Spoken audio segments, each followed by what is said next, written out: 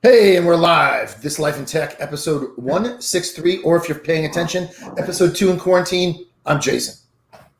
Still the bad guy in the middle of the epicenter. And I'm still TK. That might have been the longest pre-show we've had in quite some time. Well, you sent us a link out a little bit late today. I figured you had to you were getting on your second cup of coffee. That time it took to get you there. The only thing I can think of when you're on your second cup of coffee is a little bit of a delay of getting that link out. Coffee's more important than getting us the link.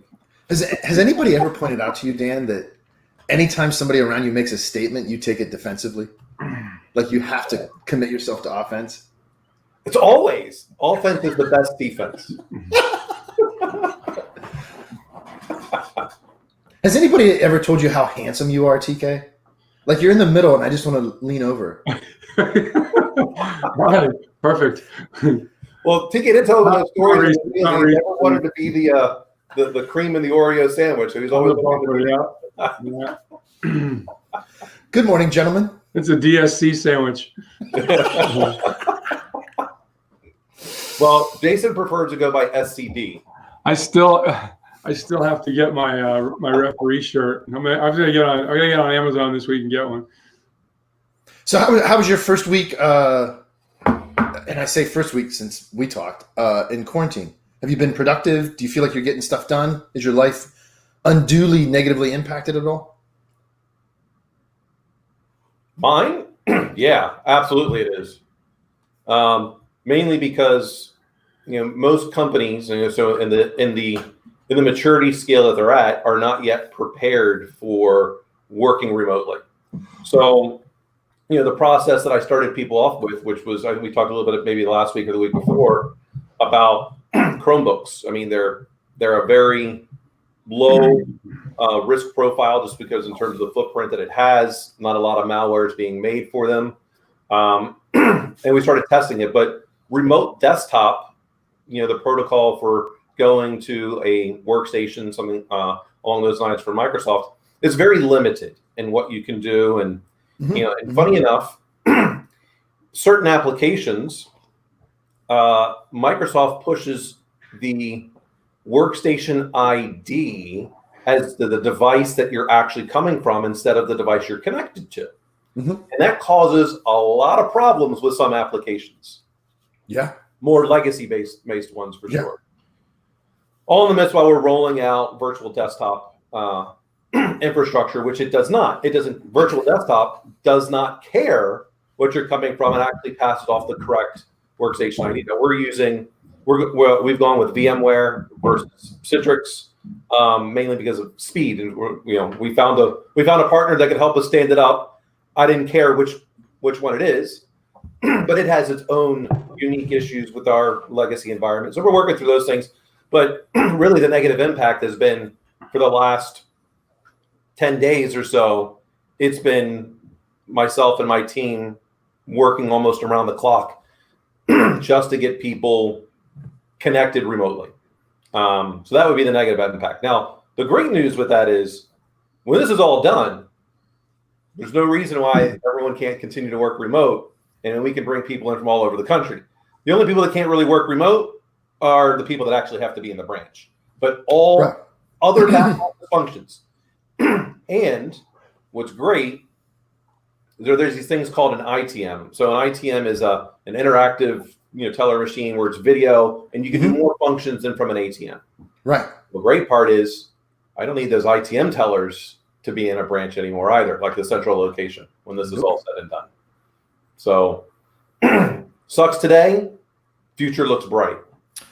Well, it seems to me, and then I'm curious about your opinion, TK. It seems to me that there's a lot of upfront pain to gain a lot of long-term insight into how collectively we can do. I mean, because it's a global economy, but it's not necessarily a global workforce in the sense that you can go anywhere, anytime, and connect to anything. There's still like inherent limitations in let's say the piping and how you traverse those pipes. But I don't know. What do you think, TK? What's been your experience? I've been primarily an at-home worker for a long time. I travel a lot. I'm there, but I'm a remote worker wherever I'm at usually. So for me, I think when I first started, doing a good bit of my work at my home, they're creating that discipline for yourself, and creating a work schedule for yourself, and treating your home office as the office. It's a work environment. You don't mess around. All those things, right?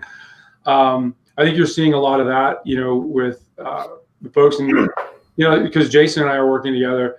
He's been an at-home worker for a long time too, so this wasn't a hurdle for us. It was, other than the fact that now my daughter's home all day, right? But she's there. Speaking of at-home work, I mean, her school has taken the Google Classroom with effectively what we're doing, and they're carrying on. I mean, she'll go up and they'll do class. They'll take a break. They do class. Typical same class schedule. And because they're using, Hangouts Meet as part of the Google Classroom experience, they still get the chance to joke around with each other in class and do all the things. And it's, they're the perfect generation for this, because if anything, the teachers are struggling a little bit, not necessarily in her class, but, you start thinking nationwide to create that. And this turns out to be a big heyday for all of these companies that do make software that facilitate remote or group, non-human contact group work. I mean, you look at Zoom. I was just going to mention Zoom. Yeah. Zoom is off the charts, both positively and negatively now, because people are now looking at it and going, hey, from a security and privacy standpoint, why does the iOS client automatically give up the ghost to Facebook about what you're doing, even if you don't have a Facebook account, right?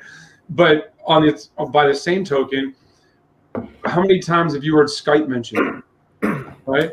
Think about 10 years ago, and this is I think even for Microsoft, because in the past 3 or 4 months, Microsoft has made this huge push for primacy of Microsoft Teams, right? Because the legacy of Skype, under the core of Skype feeding Link, then there was Skype for Business.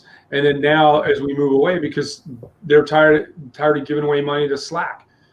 Yeah. And just like Google has got, App Chat, which is they're kind of an equivalent client, but they're coming out with Currents that'll take the place of Google Sites and all the other things to kind of bring in that collaboration tool.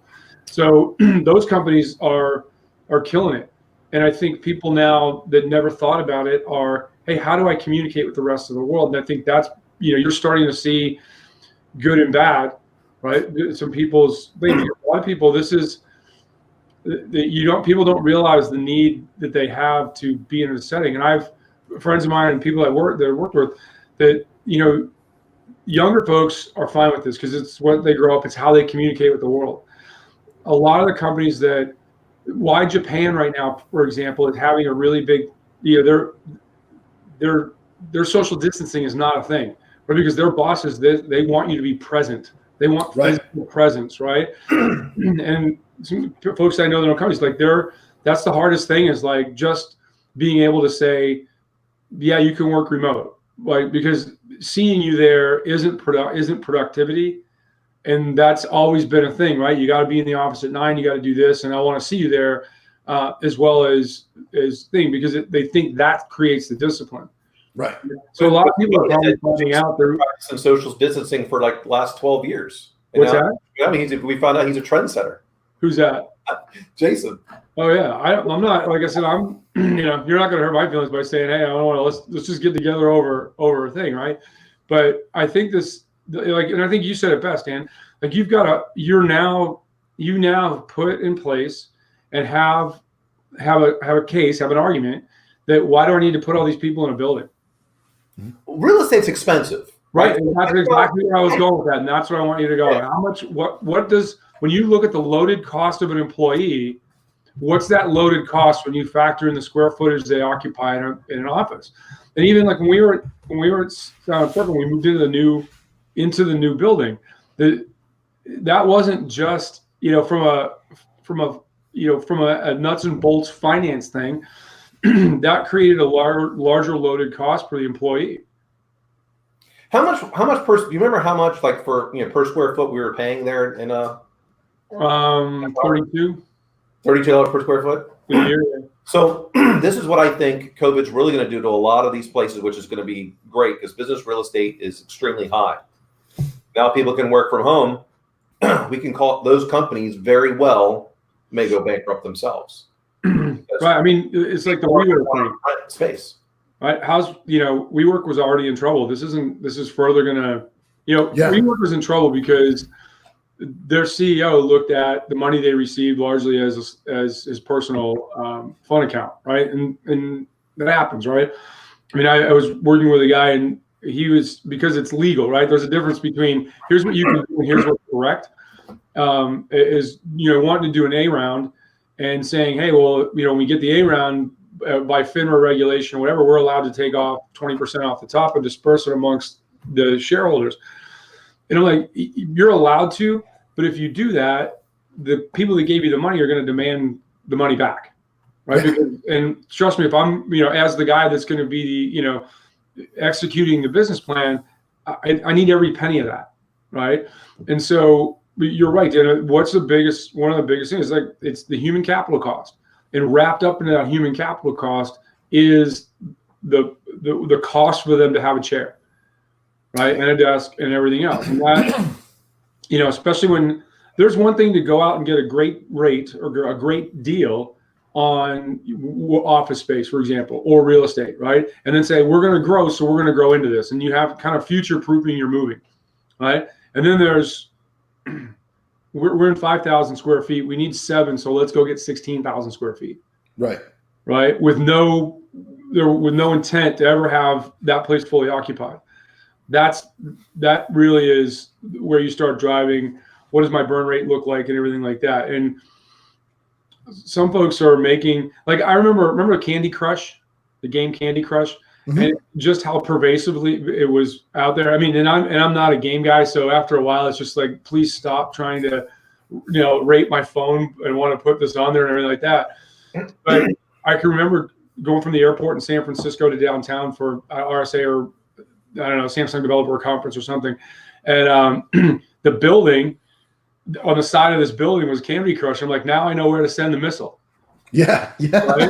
Yeah, because everyone's like, 2 years later, they're not there anymore. Right? Because I got a question for you. Yeah. So you're not a Star Wars guy. Video games. You're not a Star Wars guy. You're not a Star Trek guy. I'm a Star Trek guy. I'm a Star Trek guy. Early on, Star Trek guy. I like James T. Kirk. I've just never seen any of the rest of the nonsense. Okay. Nonsense. I'm not saying it like it got by me, right? It's like we were talking about tattoos before we went on. I didn't tell people if you don't have a tattoo by the time you're 40, may not be the day to start, right? It's like if you're not smoked weed before you're 40, may not be the day to start, right? I'm not telling people not to do stuff, but at some point, like what are you doing? I mean, what kind of guy are you? If you're not okay, you're the little bit of the show that ran into whatever the 60s or 70s. Yeah. And then outside of that, screw Star Trek, never seen Star Wars, don't like play games. See, what happened is I'm taking PK. This is what just happened. For everybody that's going to watch this in the future, this is exactly what just happened. I've been taking studious notes with timestamps based on what we're talking about, so I can go cut this up later, right? I'm going to try and be really good about this. And you have to have a term. It's WOC, wheels off cart. Yes, it took almost exactly 10 minutes. We talked nonstop for 10 minutes about serious stuff, and we had a good conversation rolling, and it was just too much for Dan. Yeah. He had to light the fuse. It's why we can't have nice things. That's why I have the tech bullshittery label. That's why. All right, so here's a question for you guys. I've been thinking about this for a while.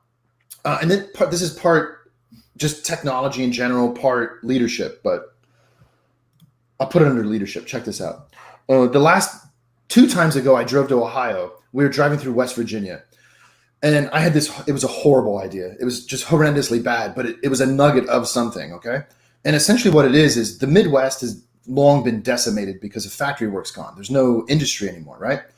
And so there's still a lot of people that live in the Midwest that just don't really have a progressive way out of the social situation they're in, right? And so I started thinking a lot about what I could do as an educator to deploy education remotely, which I happen to be an expert at, to try and ramp some of these people up so that they could get tech jobs, particularly cyber jobs, right?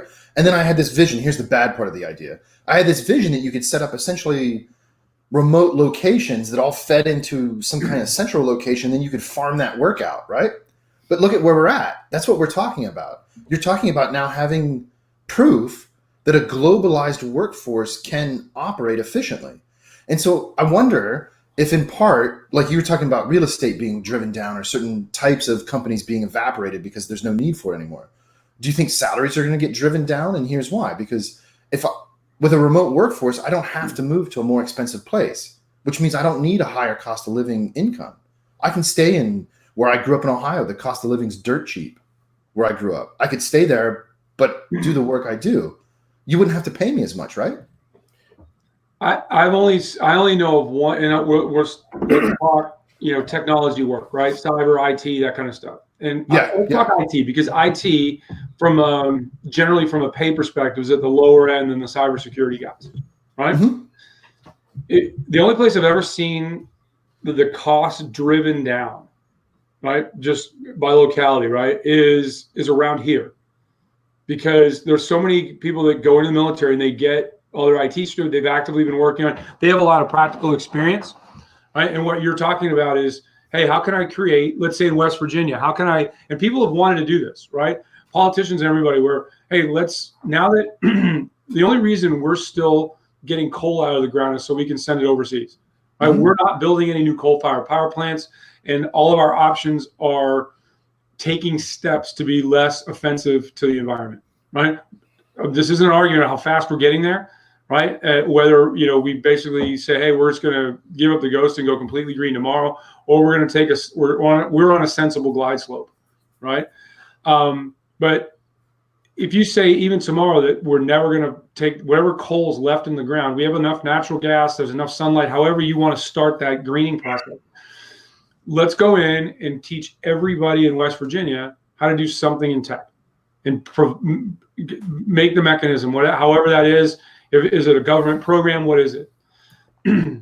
At some point, you reach a saturation point. Right now, there's so many people that are saturated, and so somebody gets out of the military here, they're making X, right? A lot of it, they don't understand how it's subsidized as allowances and stuff like that. So they'll take less to get out, and so I think if you get whatever a server admin is elsewhere, proportionally, it's going to be cheaper here.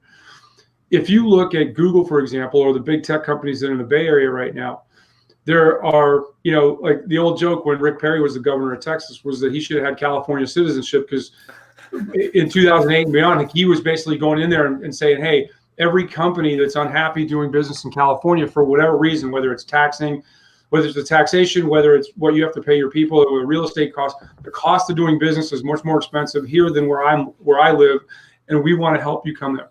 Even the guy that makes sriracha sauce. Yeah. Right. Mm-hmm. His factory is, as far as I know, is the intent, if it's not already happened, is to move it to Texas. That's right.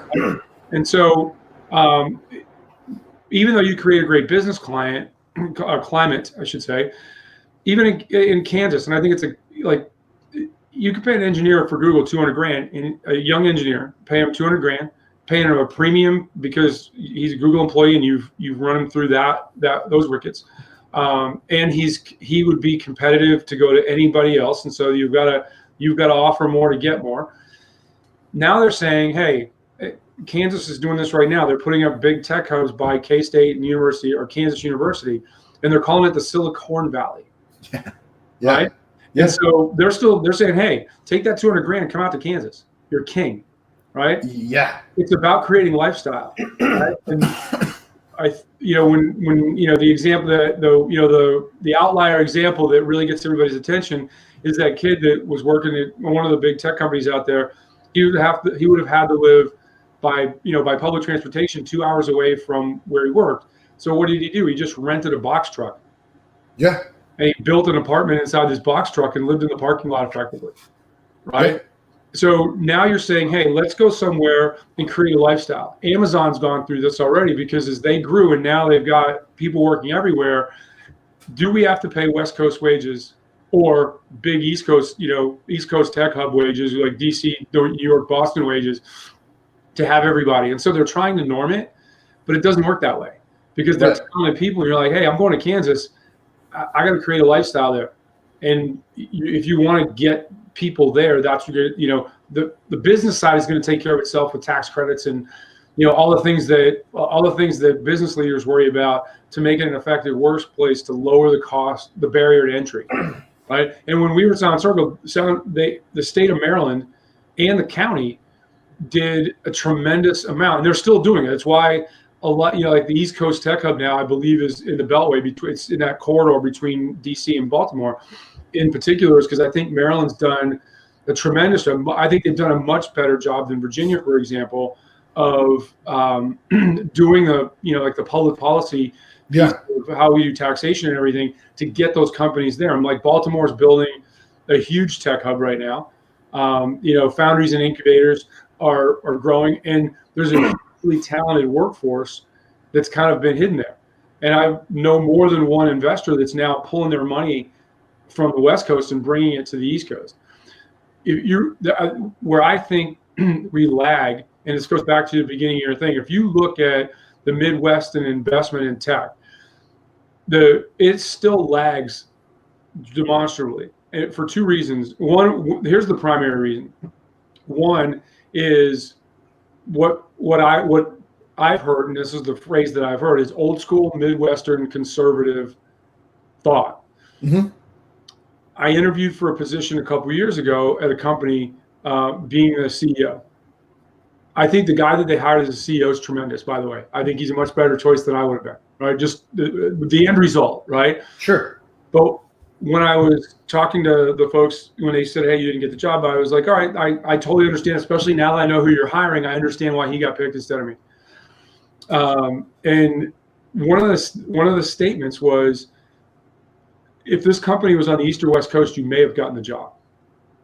Right? Because I wanted to say, we're here. We need to do what you're planning. Part of me going here was saying that there's going to be a raise done, so there'll be this big pot of money. How do we want to go for it? And so, and I've talked to Midwestern investors, and a lot of times you talk to them, and they're plotting, right? Mm-hmm. I mean PLODD, not TD. Yeah. They're plodding along, right? Mm-hmm.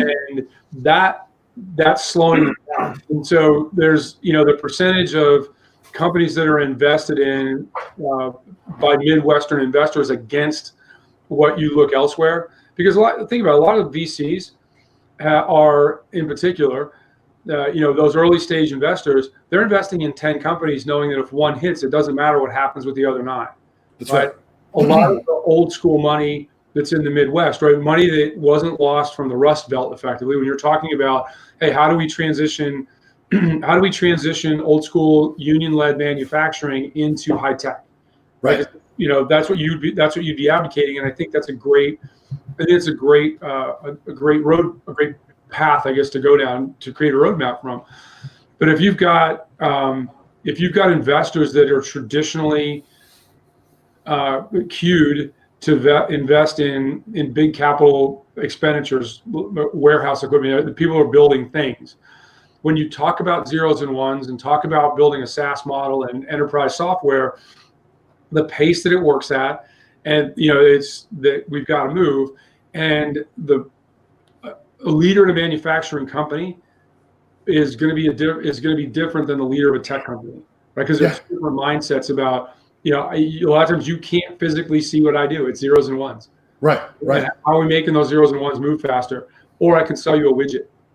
So Jason, the Midwest doesn't deal well with abstraction. All right. No. So your question ultimately was, do we believe that we're going to drive down salaries by moving more, tech, so to speak, to the Midwest? All right. Yeah. Right. Yeah. So after all this time at Michigan, I'm going to give you the answer. It depends. Quality MBA work. Yeah. So because all they did was drive a fence in his butt so he doesn't say yes or no.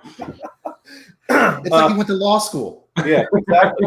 That's next. So it really comes down to what the overall, we'll say, depth of the tech person is. So if they are astute enough to realize as to what they're in essence being billed out for, because the company is, because companies are going to try and maximize as much profit as they possibly can. And if they're able to drive down their operating expenses by paying you less, they make more profit. So as the tech person, I should be looking to negotiate. Well, you're not paying for all of my expenses to be in New York. My 100-square-foot cubicle would cost you this.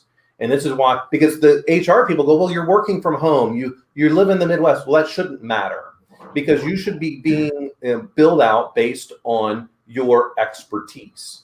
And so, all those other factors should come into it. But the problem lies in most tech people don't know what their true value is. We can use things like glass doors, but is it accurate? Is it not?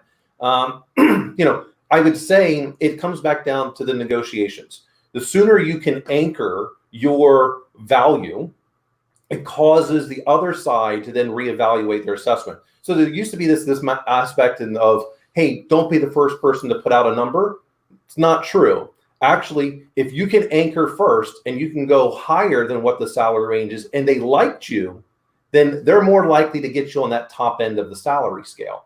So based on your negotiating and all the things that you know about your environment. But I would say largely for those people that are looking to that, don't be greedy. Because greed, no matter what it is, you're gonna end up. I get the don't be greedy thing, and I also knowing your wealth, knowing your value. I think right now, like in tech sales, an account executive for a company that's doing well and they need quality salespeople, which is the hardest thing to find. It used to be 120 base, 110, 120, 135 base. Now 155 base isn't even out of the question. It's the cost of doing business, right? Because they're in need. Right. It's one of this creating an understanding of your personal value is very personal to me for a lot of reasons. One, I do work with the Honor Foundation and some of these other organizations that help transitioning veterans. And one of the things I think, especially like when I get out, the big defense contractors, if you were going to go work, you go back into that work, some of them at the time, they would be like, when they're calculating your salary, they'd be like, well, with what you're going to make in retirement and this will get you back up to where, like, basically they're using your retirement as a way to and I basically told one of them, I go, no, that's my retirement, not yours. You don't get to do that. Right. Right. The other thing for us was always, I'm not a burden. And I didn't learn this. This is one of the things I really didn't contemplate or understand until I was at Sound Circle and I became the healthcare administrator, the trustee for the healthcare plans. Is if you're in a huge company or you're in a very small company, whether or not you're on the healthcare plan and that size doesn't do anything to get you a better rate or anything like that. And so the fact that I have high quality, affordable healthcare as a retiree, I'm like, look, I'm not part of your problem, right? You're not going to have whatever that cost is. You're not going to have to pay that. So I want that. Right. Right. And there's ways to talk about it and be creative. But I told you, Dan, I agree with you. There's understanding. There's what I know I'm worth, and there's what I'm willing to take. Yeah, exactly. And start with what I'm worth, and then have it in you that I've got a base. Right? Here's my floor. Right? Because do you like the work? Is it something that's really going to advance my career? Right? And are you paying? What's that? It's called the BATNA. Yeah. The best way to put it to a negotiated agreement. Right. And so I think a lot of people they look at the job and they want to get the job and they know that there's a salary range, and in that salary range, they find it to be acceptable, but they don't contemplate the entirety of going to work. Right. And so when people try to say, and I agree with Dan, it's like, hey, I'm not going to be in the office ever.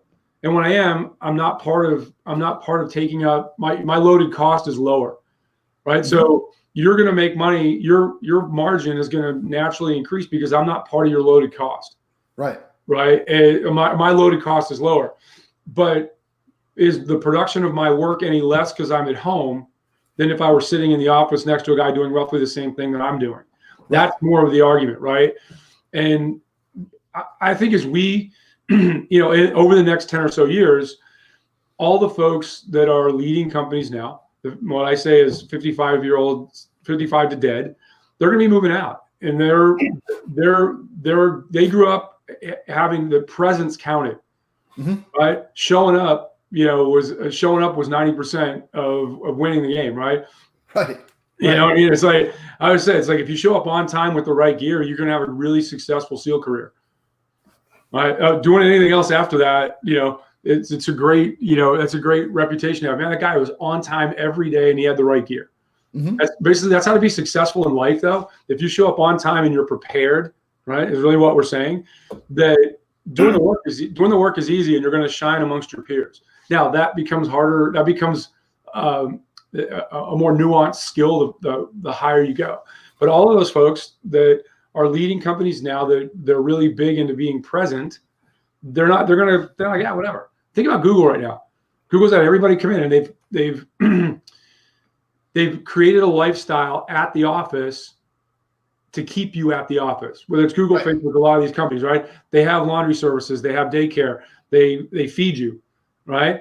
And so now I can keep you I can keep you on the campus, right? Keep you in the building. I can keep you on the campus for the entirety of the workday. In theory, you would say that's going to make me more productive. Is it really? Is it really, when you look at younger folks that are used to technology and being on it all the time, and physical presence with each other isn't as important as it was to us growing up? Right. Well, there's always going to be a balance, because you want to, when you have a more remote workforce, you can lose the type of culture you're trying to create as Right. well. So there's always going to be a balance, and how do you balance that portion to it?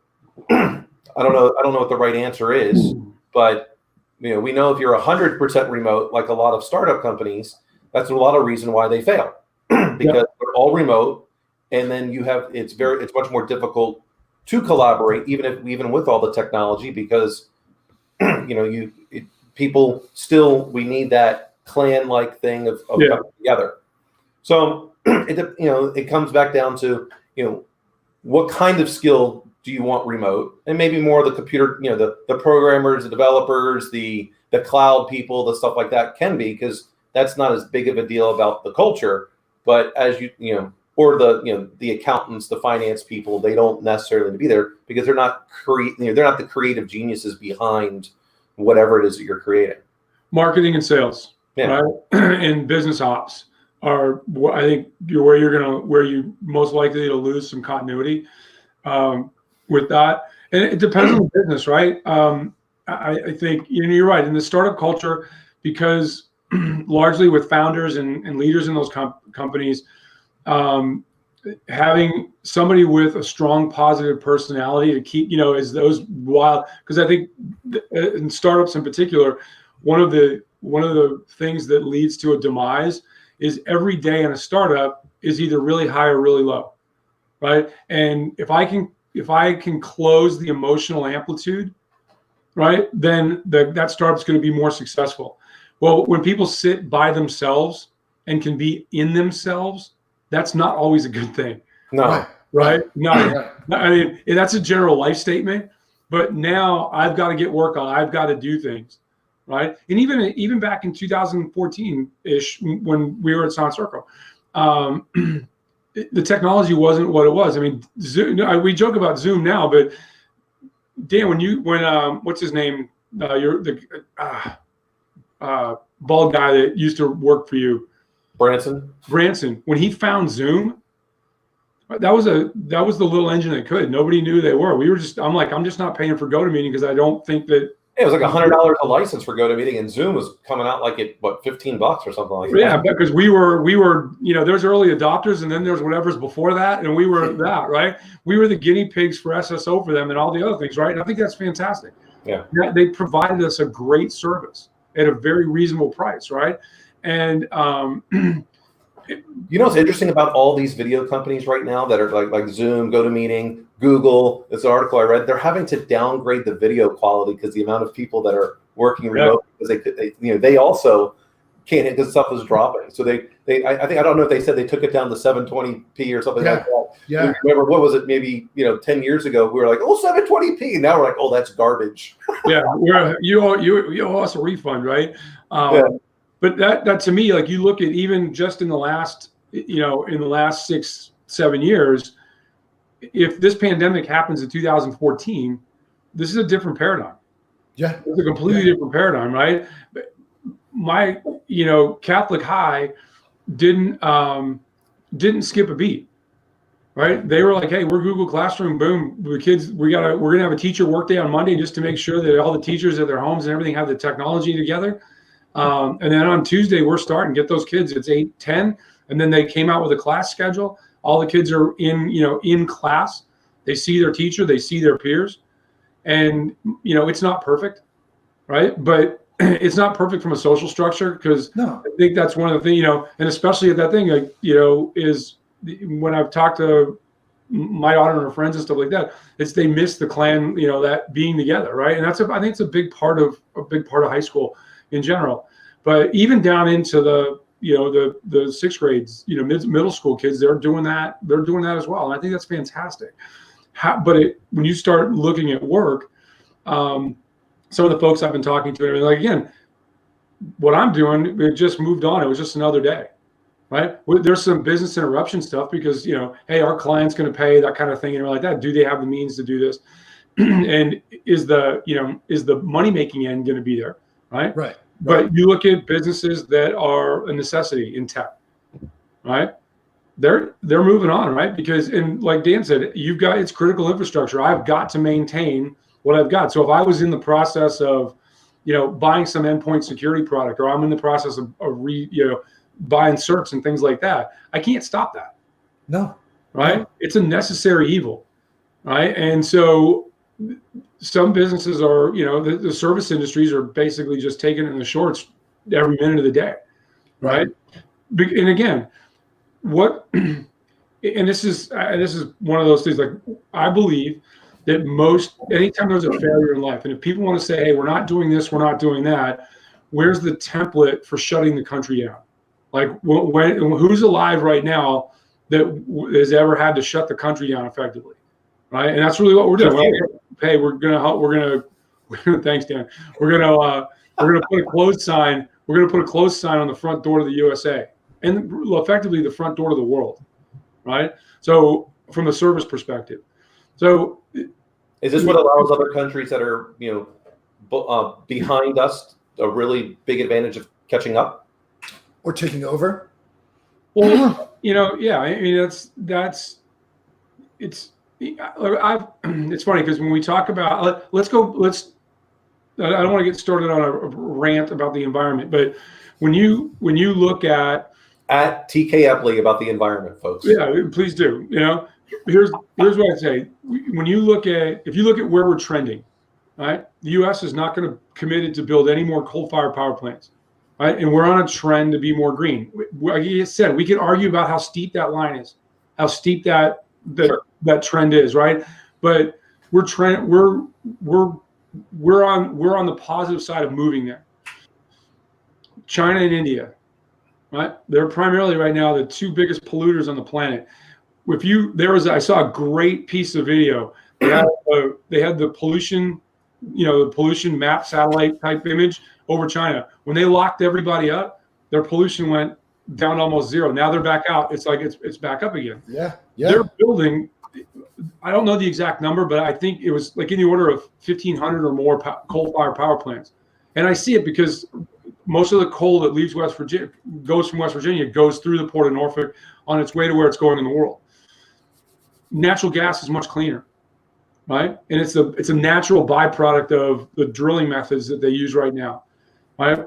We have, as Americans, the ability that we're net energy exporters now. I would have, when I was a kid, going through the OPEC, thing in the 70s and stuff like that, I would have never thought we heard that, right? I heard a political official from India say this one time when, Americans, or somebody from the U.S. was getting up on their high horse about India and pollution and what they're doing, right? They said, look, at the turn of the 20th century, you guys pumped unknowingly everything into the environment to create the industrial might and become the nation industrially and financially that you are today. Why don't we get our turn? Right. While I sympathize or empathize with that train of thought, all the people that are yelling and screaming about we've got to do more and do more now, they come and yell at the U.S. Right? Why? Because we're an easy target. We don't fight back, and we don't use common sense anymore to say, look, here's the numbers. We're going in this direction, right? But when you say, yeah, we're giving other people a chance to catch up, right? We have been, right? And we have been because politically, I'd say, and emotionally, right? We get big in our feels now, and that drives a lot of the adverse behavior you see in the public discourse now, is we're not making decisions based on rational numbers and thought. We do it on emotion, right? And that's how, for example, Twitter becomes just the social disaster that it does. Been people shouting down each other all the time is because they get emotional about it. Like, think about this. Somebody donated some millions of dollars. And I do this every time. It's like some famous person donates X amount of millions of dollars. I go right to the thread and I count down the number of replies or responses in that thread until somebody says, oh, that's only 0.001 of their wealth. It's like me giving $5 away. Well, did you give $5 away? Right? No. Right. It's envy. It's envy-driven politics and envy-driven behavior. And most of those folks that are doing that, what do you understand about the concept of net worth? Right? Do you think Bezos has $140 billion in a pile in his house and he bathes in every day and as a diving board he jumps into and rolls around in the money? No, that's right. Elon Musk. Elon Musk. Yeah. Because that's the kind of guy he is, Jeff Bezos. Yeah, he uses crisp hundreds for deodorant in the morning, so he gets the smell of fresh money. I mean, I don't, but that is where did that come from? Right. And how as a nation do we not have the basic understanding of that, other than we just want to get in our emotions, and when somebody tries to do something good, we want to put a grading on how good they are. Right. Rather than saying, hey, they're contributing. It might not be everything on the planet, but if I walk by somebody that's homeless and I give them $20, am I a bad person for doing that because I didn't give them 40? Right. That's to me, and I will tell everyone on earth. I'm traditionally I don't do direct lending to homeless people, as it were, right? But there's one guy in DC. He's on the corner of a street. I'm not going to name the street because he's there all the time, and probably now he's been there for well over a decade, probably even longer than that. And every time I see him, I give that guy money, and we actually have a relationship over it. Right.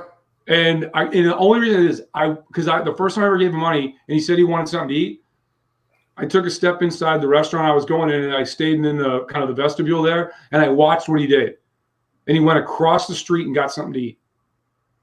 Right. And I was like, all right, that guy, I'll give it to you the first time, but if you want to eat, because I've done that. I was down in New Orleans years ago, way liquored up, shocker. And leaving Bourbon Street, and Bourbon and Canal meet with each other. And a bunch of homeless people there, and they're all wanting money for food, in air quotes. And so I went back to the Crystal Burger, like White Castle. I went back to the Crystal Burger and got about 50 of those little mini burgers, and I'm passing them out to all the homeless dudes. And the SWAT team guys that we were working with pulled up in their car, like, "What are you doing?" I'm like, "I'm feeding the hungry people. Like, they're gonna stab you in about 10 minutes. Throw the bag at them and run away." Right? Again, what's the culture we create? Yeah. Yeah. Right? And do we do that at work? Right. I mean, do we give the equivalent of a cheeseburger to the people around us? Yeah. Right. What are we saying we're doing? Right. And as leaders, if we're going to say we're leaders to whatever nth degree that you're doing that, and we all at some way are, right? When you stand up in front of the classroom, Jason, people are wanting to take as true what you say. Mm-hmm. Right. And like never before, they have the ability to instantly fact check you. Right. They want to take, they want that guidance and direction. And so that's a pretty big power. Right. I mean, I think one of the other byproducts of this is a lot of parents now are educating their kids for the first time. Yeah. Right. Yeah. And, now all of a sudden hey, I'm dropping my kid off at school. And when Sally or Johnny gets a bad grade in class, I can't walk in and go, why did you give this grade to my kid? Which is a standard line a lot of times. I didn't give that grade to your child. They earned it. Mm-hmm. Right. They earned that D. They busted their ass to get that D. Right. And so, now, and people, the folks I've talked to and everything, people are finding a lot of fulfillment in that experience of spending time with their kids and educating them, right? And all of us have taught something at a different time. And that's the fulfillment, right? When you watch the light go on, you're like, oh man, they get it, right? They've learned something new. I've been able to give of myself to drag you there, right? My favorite meme of the week is like, we've been homeschooling for 3 days, and one of these little bastards have already called in a bomb threat. Yeah. Right? It's like, and I was like, yeah. And it's, a lot of parents now for the first time are going to, if they hadn't really thought about it, are going to gain some new respect for educators, because sometimes it's hard to keep 2 kids on track. How do you do it when you got, in some of these crowded public schools where you got 30 kids in a class, 28 kids in a class? Right. So another interesting fact for all those potential viewers out there that we've got, if you're wondering why you need people in tech, look at your capabilities today of being able to work without us. That's true. So, it's quite interesting, because even at the people where I'm at, they're like, we can sell without you. Really? How's that sales going right now? Yeah. Don't think it's going very well. So if you don't invest in the appropriate amount of technology and the right skill sets to keep the technology up and the training for what's coming next in your technology people, you're going to be left way behind. But Dan, I know you're doing this because we've talked about this offline and everything like that. Here's the big thing, especially with all the technology folks. One of the big disconnects with money, preparedness, and everything else in any company is the disconnect between the CISO, CIO, and the rest of the C-level team, right? The rest of that executive team and the board, because not identifying risk and not identifying the framework and where you're at along that road to become more secure tomorrow than you were yesterday is the ugly conversation that most companies don't want to have, because the business side says, hey, IT and security, that's a cost center. I don't get anything for that, right? And I think that all 3 of us have talked about it here before, is what's the risk model, right? What's the risk? What's your risk tolerance, right? And whether it's the board saying, hey, we want to cut down on the amount of money we spend on IT and cyber, which I think, and you can tell me, I think that that argument is less and less, or that storyline is less and less prevalent, where people are just flat out saying, nope, we need less cybersecurity, not more. I think they're probably going to say, hey, can you do what you need to do with X, or do we have to have X plus? They want to try to avoid X squared, right? And so it comes down to, like with a lot of business people, this is where us, typically as tech folks fail, is we don't talk a lot of times in the terms they understand. So when you start talking about, like the first thing, it's about business continuity. And so when you take a look at that, is what are our capabilities to being able to function in 72 hours of not having something there? It's not so much as necessarily the pandemic, even though we're in one right now, but it's what's the annual rate of occurrence. And this is where the business folks don't ask the right questions in those cases, because if they were to say, hey, what's the annual rate of occurrence for a pandemic? We could say, as of right now, it's every 2 years. Every 2 years, there has been another type of virus that's out there from a pandemic. So were we prepared from the business side? And I'd say the business people failed because they didn't answer that question. And sometimes those questions should be coming from the insurance company, because they're the ones providing, this type of insurance in order to have business continuity, which also means the regulators, all of the accountants, the CPA firms, they should be asking, what's your business continuity plan? Because this happens every 2 years. Then it's not just about being hacked or malware. It's what's the annual rate of occurrence for a fire? What's the annual rate of occurrence for an electrical outage? What's the annual rate of occurrence for a water pipe going? What's the annual rate of occurrence for a car accident at that intersection? Because all those things have a technology impact. And, I just happen to be in the luxury of, going to one of the best schools in the country to be able to start talking these business terms. But the business folks have been trained for years of talking about annual rate of occurrence, because it's a business term in the insurance company.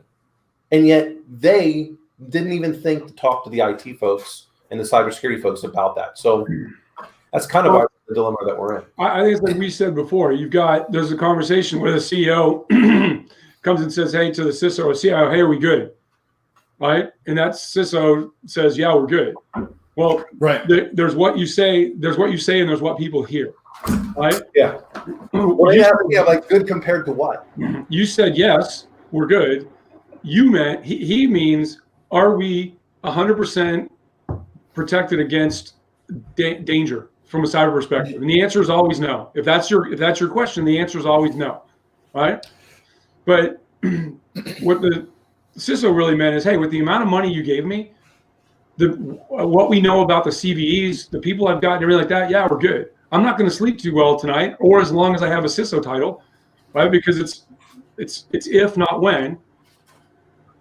Right. That gets back to the annual rate of occurrence. Right. And what am I doing against, and we've talked about this before. It's especially with cyber. It's like, hey, I don't care what your risk model is. Go do NIST, go do something, but have something.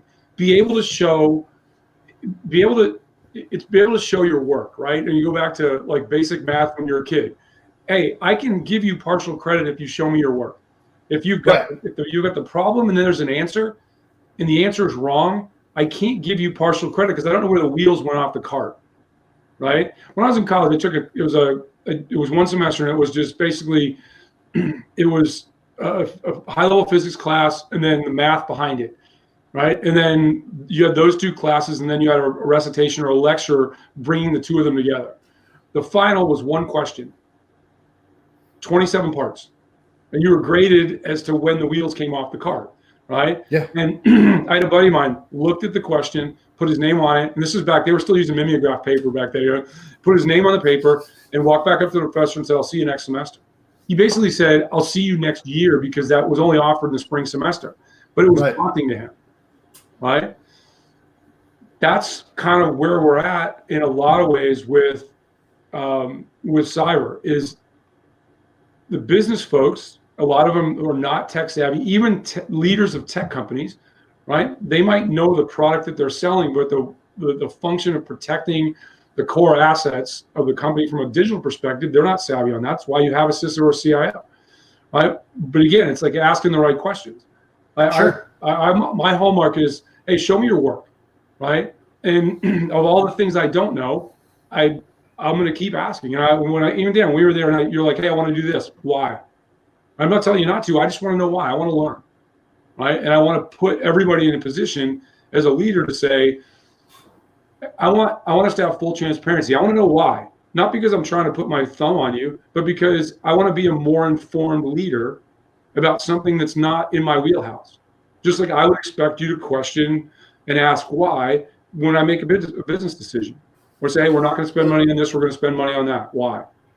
It's amazing to me that, let's say 20 years on, I think at least for Dan and I, 15, 20 years of being in the game, how risk hasn't become, what's that? We're OG now.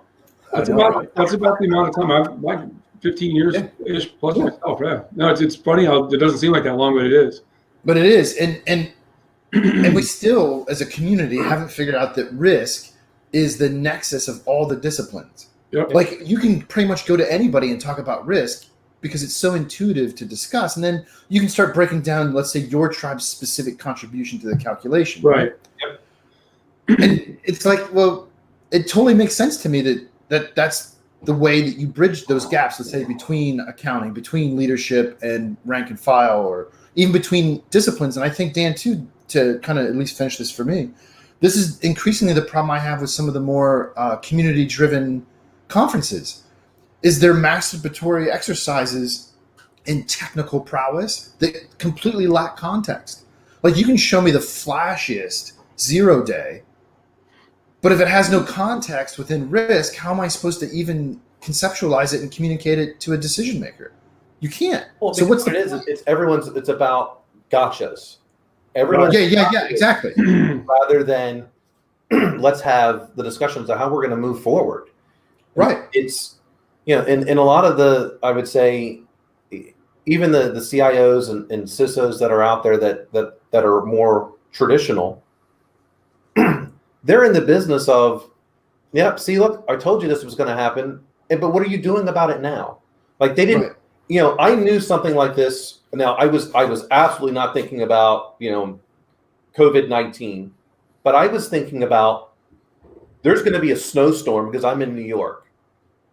how am I going to get my people to be able to continue testing when we're in the middle of a transition? Because I've got to get them to test still. Because if they fall behind on the testing schedule, then that has put a lot of financial ramifications, potentially millions of dollars. Right. But if it wasn't for that, I wouldn't have the kind of capabilities that I'm even in today. I had plans ready to execute. And that's really, when people, like when I was at the last place in Indiana, the guys and gals there would ask, it always seems like you're, 7-8 steps ahead of us. Well, it's just like I spend 7 to 8 times the amount of time thinking about things and coming up with a potential plan. I write these things down. So when something happens, I go, well, I've got it in my emergency book, or I've already done it. And a bad plan's better than no plan. Right. Because, I look at, if I only have 60 seconds to plan, then I better take that full minute to plan. Right. Because that's better than doing nothing. Yeah, sure. Just throwing darts up against the wall and seeing what sticks, or rather in this case, spaghetti against the wall and seeing what sticks, is not a good plan. Well, we also, But you do that to make sure the noodles are cooked correctly. What are you talking about? I know. That's how you're going to know. TK, are you not a cooking kind of person either? Because I thought you said you like to cook. no, I am. That's why I'm shaking my head and just throwing food up against the wall. Just yikes. I wonder if all the kids being homeschooled, if they're throwing, their styluses up into the ceiling, because they just throw the belts of stylus. Again, not happening at my house. I want people to be active participants in their success, and that includes my children. Yeah.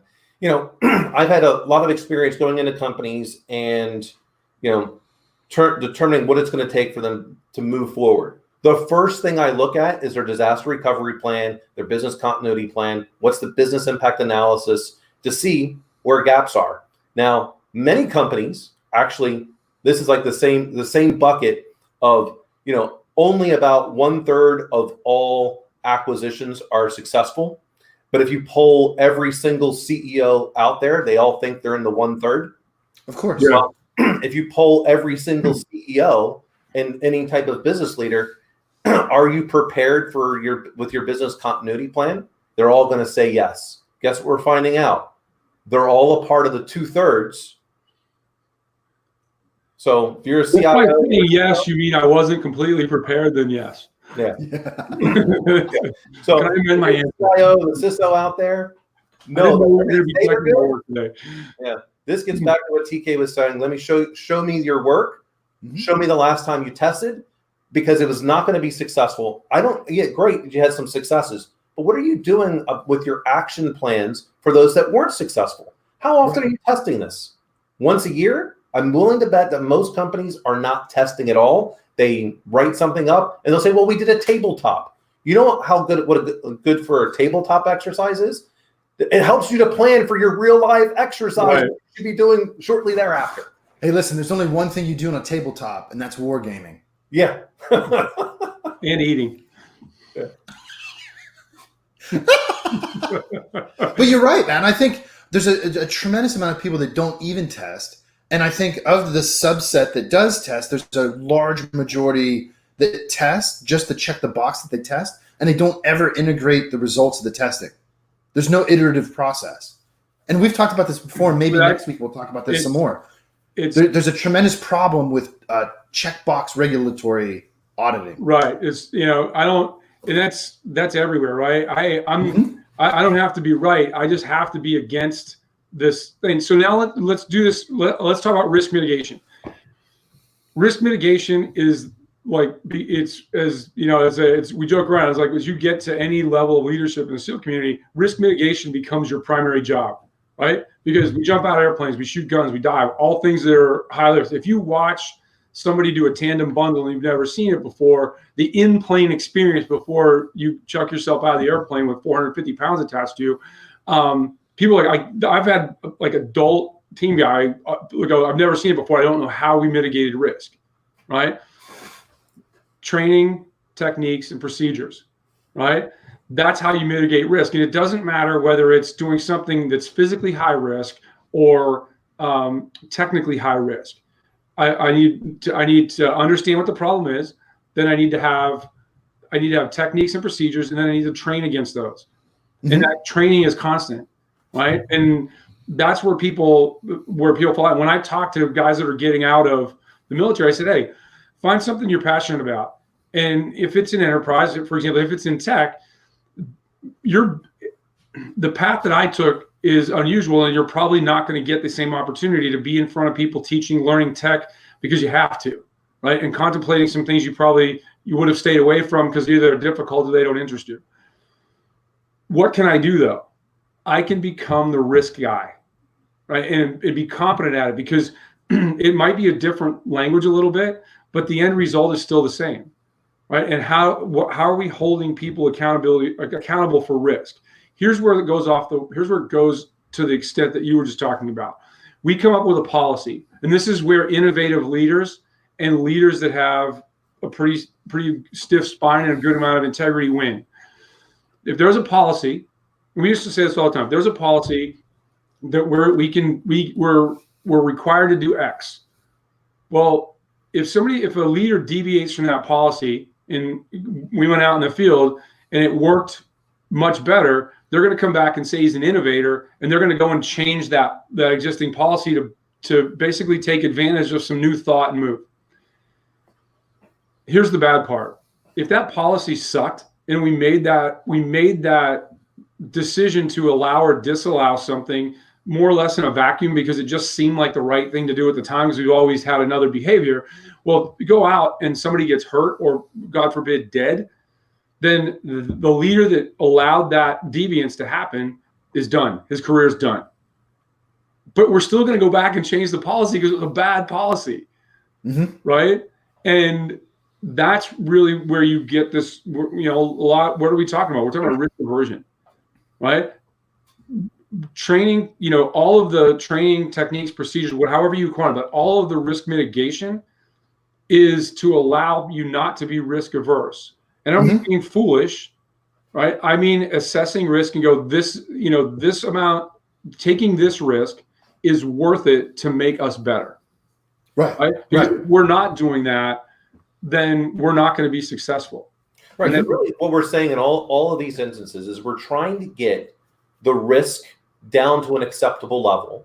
And whatever risk we can't get to acceptable level, we can't get there, we transfer that to insurance. Right. That's really what it comes down to. It's all these other countermeasures and things of that nature, because we've put policies in place, we're training people, we are putting all of these other, compensating controls out there. But at a certain point in time, there's always going to be risk that's left over. That residual risk is really what comes down to, can we accept that or not? And if we can't, we transfer it to insurance, because we did everything we could, but there's always going to be risk that's left. There will never get to a point where you have zero risk. This is like when companies tell me this is unhackable or there's no risk to this, I immediately turn into Jason when they tell me that cybersecurity is like the human immune system. God damn you. God damn you. So, when we circle this back to the people maybe in the Midwest or wherever, training is going to help us. But no matter if you take any population group, just because we're going to train them in cybersecurity doesn't mean they're going to be good at it. Right. It doesn't mean they're going to like it. So if they don't have that passion, it doesn't matter. And I would tell you, I think the biggest mistake that these junior level people in cybersecurity, of what us leaders are doing for them, we throw them into cybersecurity. They don't understand technology. Right. So what do I do with my people? This is the big reason why I start them with vulnerability management, because then they got to go talk to all the tech people and figure it out. Or I start them on a help desk and I make them do technology things. That's right. So they will become understanding of the cybersecurity, because how can I get someone into cybersecurity and tell them they need help with risk on this aspect of doing something when they don't even know how Active Directory works? Yeah, exactly. Well, and I think that is the abstract answer to the common question, how do I get started? Well, you get started, A, by getting started, and B, where you start is in something that gives you an overview of how these things necessarily have to work to be those things. Right. So someone just can't go and become, you can become a CPA after 4 years, after a college degree of 4 years in accounting, and you can sit for your CPA exam. Great.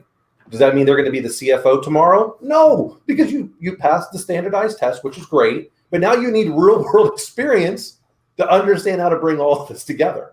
Well, it's the same thing with cybersecurity. Great, you passed your CISSP exam or your or CISM or whatever. Now you need to go have some real world experience, and part of that is work regular technology. And if I was going to start someone with something, hey, let's start with Amazon. Let's start with Azure, because that is where companies are moving towards. Yeah. But that's, you look at, again, it's like, what was going to be the 21st century risk that we were going to mitigate? It's going to be cloud, right? And guys like Stoney and the things like, hey, I'm going to get off this terrestrial stuff and I'm going to go out and I want to do this because this is going to be the next thing. And I want to be an innovator, right? And and that's how people rise to the top, right? I don't want to have to be, Dan, you got this. You've got people that you have to tell what to do. Here's the next step. Go do that. And then you have folks that you've got to pull back in a little bit because they get excited because they're into it, or they just think ahead and they go. Right? I'm doing. We got a young guy that gave him some work to do, and he came back not just with what we asked him to do, but like, hey, you said this was in there, because he had been given a wrong version of some of the software we're using. He went in and created the tool. Hell yeah. That we didn't provide him because we gave him the wrong version of the software, or he downloaded the wrong version because we weren't clear. It was on us. And he went and basically said, okay, I'm not going to come back and blame the software. I'm going to go build the tool. That's right. Right. And those are the people that, they end up sitting in chairs like you guys sit later on in life because they're thinking ahead and they're doing those types of things. And I think as a result of this pandemic, business systems are going to be looked at in a way they've never been looked at before, right? I agree. And because I don't know what to say, like most senior leaders, most CEOs, you can't say all to anything, but I'm going to say the preponderance of CEOs, they're not just worried about their business, right? Most of them are worried about their people, right? And you've got some people that are a-holes and they're just like, they just go right back and look at their numbers. Right, and we got to lay these amount of people off because our business crunches that. Most people are extremely worried about the people piece, because you let somebody go right now. Do you think that translates to the most CEOs in the Fortune 500? I would say an overwhelming majority. Really? Yeah, it's a consideration, right? I'm not going to say it's going to override their base urge to just make it a numbers, balance the numbers out correctly. But the ones that have come out that have said, like the CEO for Morgan Stanley, I think it was, who said, "I am not letting any of my people go. They will all have a job through this." Whereas others have already started letting people go. Now, this is where when you got the devil in the thing, and I'm listening to the bad side. Wait, which one's the devil here? Because you've got Jason and I on both sides. Which one? I lose twice. How dare you? Yeah, Dan knew the answer to that question. I just wanted to see your response. Hey Dan, I only got to beat the devil 51% of the time. I don't know. It's just to be in a world where winning a political election by 1,000 votes is called a landslide. I only got to beat 51%. Yeah. I think there's two things. You like Jamie Dimon was another one that recently came out and was really talking about, the folks. I mean, the CEO of like De Beers, not a. Well, yeah, but you look at like Jamie Dimon, JPMC, and he was talking in particular about the younger folks that they brought into the company and how engaging and amazing they are. He doesn't want to lose them. No. Right? And so, if you go to the bad side of this, is, hey, I'm the CEO of a company. Right now, if I go and I find all my marginal performers, because they're spread out across the entire country, because everybody can't be an A student, I can start letting those folks go right now and kind of cull the herd, so that when this thing's over, now I have a new base that I don't have an HR or a legal nightmare for, because I got rid of all these people, right? That, like, when you look at, like I said, when you got good CEO, bad CEO, and it lives in everybody's head, right? How can I do this and mitigate my risk? Right? Yeah, well, I think that's what I've been kind of contemplating as we've been talking this morning is, the bright side of this, I think if you position the thinking correctly, is it's an opportunity to reboot and to do that at multiple levels. Right. Not only as an organization to reevaluate how you're engaging the modern digital world or virtual world, as it were, Yeah. but also as an individual. Like, look, I mean, nothing really changed for me, but that's because I have experience teaching online. I had a backup plan because I might want to go to a conference and still teach a class, so it doesn't change anything for me. And I'm able to flip the switch and rock and roll.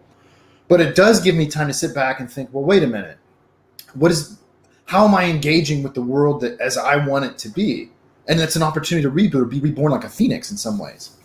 I would tell you, this is what's really interesting. And I think a lot of companies should really pay attention to this, because I know from not just at my current one, but of many organizations that I've got my contacts with, the amount of people that are still abusing those tech folks.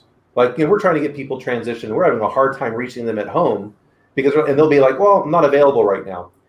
Since this stuff happened, I have had 16 different recruiters contact me about a position. Now, there's only so many CIO positions that are out there. Right. So there are a lot more cloud engineers and stuff like that. So you start you start abusing your IT folks, because trust me, every single company that's got a tech folk out there right now, they have been working nonstop around the clock, 16 plus hours a day since all this stuff happened, because no matter how prepared you thought you weren't as prepared as what you needed to be. And if you're abusing your tech folks, guess what? All these jobs are saying, hey, you can work up to 75% remote. So if you're abusing them, they're going to be leaving very shortly. And if you're not all the way there, guess what? They're going to be like, deuces, and they're going to go work for this other company. They're like, hey, I can work from home 75% of the time. And okay, they're going to bring me in the corporate office or whatever, whenever I need to be. But that's what's happening now, because people are getting abused and figuring out they can't do the job. Are they telling you that you can work remotely 75% of the time?